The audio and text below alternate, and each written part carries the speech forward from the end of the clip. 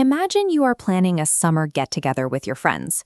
You have the decorations and the snacks ready, but you are stuck on the first step.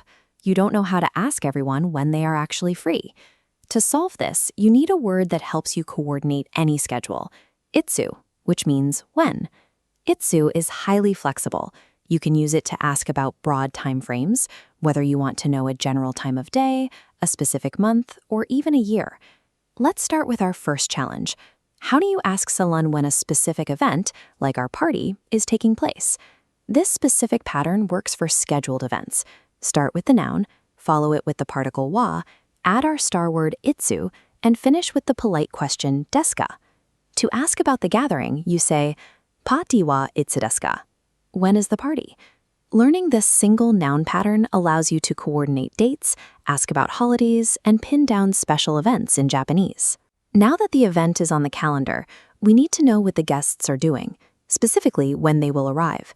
To ask about an action, you place the word itsu directly in front of the verb. For our guests, you would ask, Itsu kimasu ka? When will you come? This works for other movements too. If you want to know when a friend is traveling, you place itsu before the action of going. Itsu Nihon he ikimasu ka?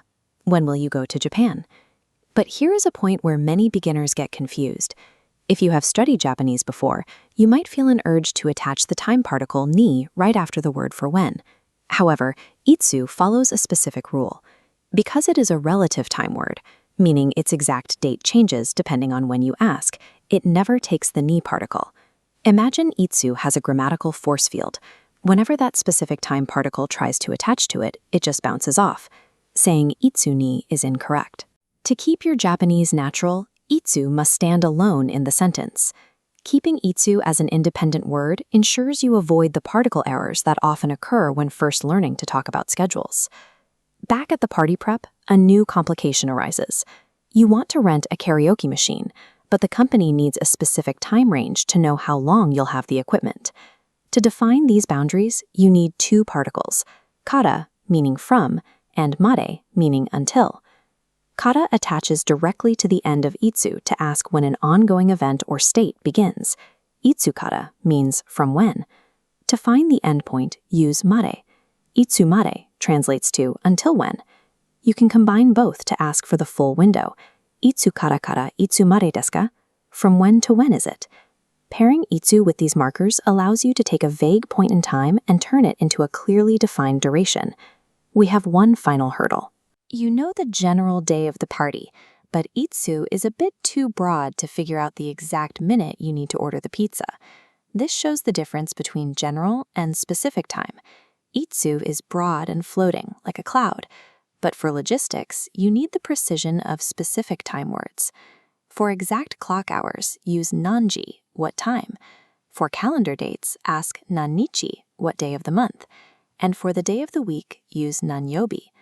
Unlike our floating itsu cloud, these specific pushpin words require the ni particle to work. So you would ask, nanji ni kimasu ka? What time will you come?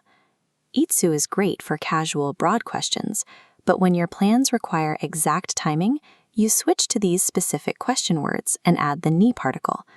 With the schedule set and the pizza arriving exactly on time, our host pulls off a great gathering.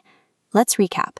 Use itsu plus desu ka for scheduled events, and place itsu directly before the verb when asking about actions. Combine it with kara and made to define time ranges. And remember the rule, itsu never takes the ni particle. Understanding when to use the flexibility of itsu gives you the foundation you need to handle Japanese schedules and social plans with confidence.